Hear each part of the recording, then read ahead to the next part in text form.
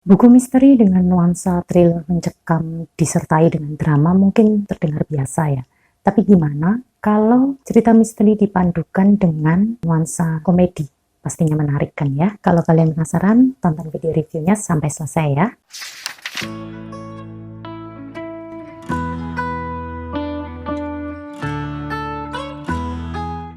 Halo semua, balik lagi dengan aku Stefani. Dan di video kali ini, seperti judulnya, aku akan review satu buku misteri yang dikirimkan dari penerbitnya langsung ke aku, yaitu Real Face karya Jinen Mikito.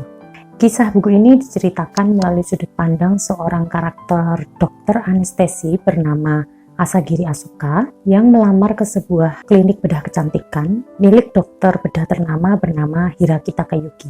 Hiraki Takayuki ini terkenal dengan kemampuan bedah wajahnya yang jenius. Dia mampu mengubah segala jenis bentuk wajah apapun menjadi cantik dan menjadi sebuah karya seni, asalkan ada uang. Asuka sendiri tuh awalnya nggak cocok gitu ya dengan Hiraki Takayuki. Dia itu selalu kayak cekcok, bertengkar mulut maupun beradu pendapat dengan si Hiraki Takayuki-nya ini. Karena Asagiri juga merasa kalau pekerjaan dokter bedahnya ini dan terutama yang dilakukan atau prinsipnya si Hiraki Takayuki ini sedikit melenceng dari norma yang ada.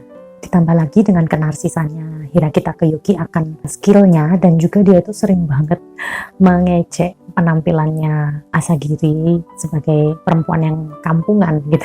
Sering banget membuat si Asagiri ini sebal gitu terhadap dia. Jadi mereka tuh hubungannya kayak anjing dan kucing gitu lah ya. Nah, sampai suatu ketika Asagiri ini didatangi seorang laki-laki yang mengaku sebagai seorang wartawan, dan dia sedang meliput kasus pembunuhan berantai yang melibatkan nama Hiraki Takayuki yang terjadi 4 tahun yang lalu. Dan dari situ cerita misterinya pun berlanjut.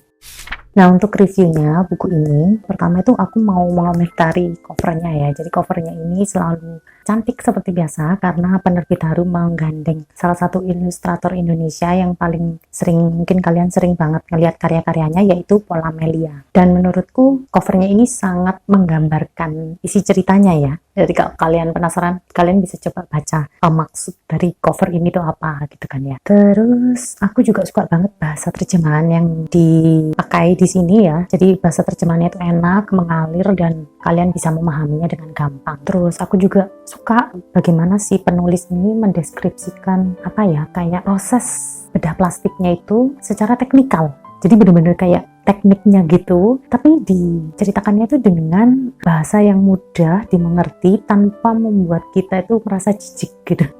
Karena kan kalian tahu kan kalau proses bedah kan berhubungan dengan ada darah atau apa, tapi ketika membacanya itu aku merasa kayak wow, justru malah kayak terpukau gitu, karena prosesnya itu sangat rinci, detail, dan membuat kita tuh pasti yang ngelihatnya serasa kayak lihat sedang menonton adegan langsung gitu. Aku juga suka di sini itu kan ada kisah-kisah background dari pasien-pasiennya si Hiraki Takayuki-nya ini ya. Nah, aku tuh sukanya cerita masing-masingnya ini itu tuh menarik. Jadi kayak ada sekitar tiga pasien gitu yang diceritakan kisahnya, dan semuanya itu menurutku backgroundnya menarik semua gitu. Nggak ada yang cuman oh ya udah cuman lewat gitu, enggak gitu. Dan uniknya lagi semua karakternya di sini, bahkan sepasiennya itu nanti itu akan kayak terkoneksi di bagian akhir cerita kayak gitu. Jadi mereka itu bukan hanya sekedar cameo gitu ya, yang cuma sekedar lewat gitu, tapi mereka juga mengambil peran penting dalam keseluruhan cerita ini, terutama di bagian akhirnya.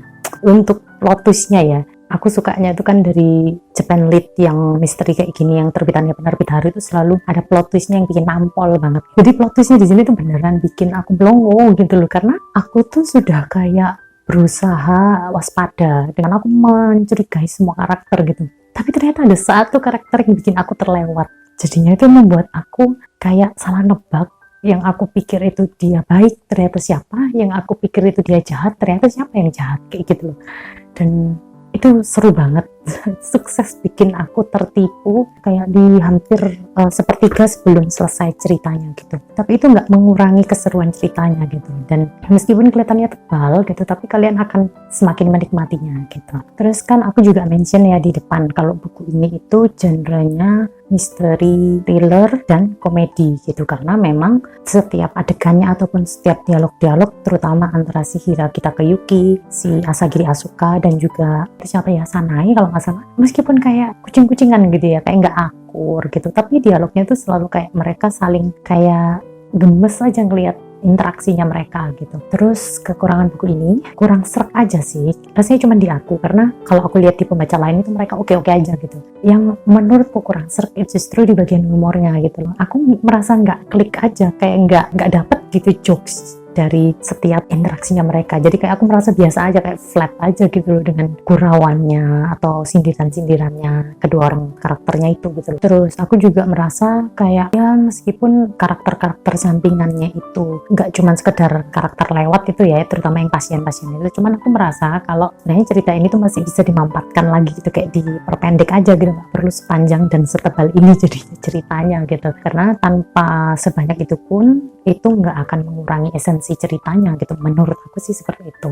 Tapi overall aku tuh suka banget sama cerita buku ini, nggak nyesel aku dapat kiriman dari buku ini. So thank you banget buat penerbit Haru yang kirimin buku ini ke aku. Dan buku ini aku kasih rating 4,5 apa 4,7, nanti aku cantumin. Jangan keliru juga, buku ini tuh bukan karyanya Akiyoshi Rikako, tapi karyanya Chinen Mikito ya, jangan sampai keliru. Ini karyanya Chinen Mikito, judulnya Real Fish, dan aku sangat rekomendasi buat kalian.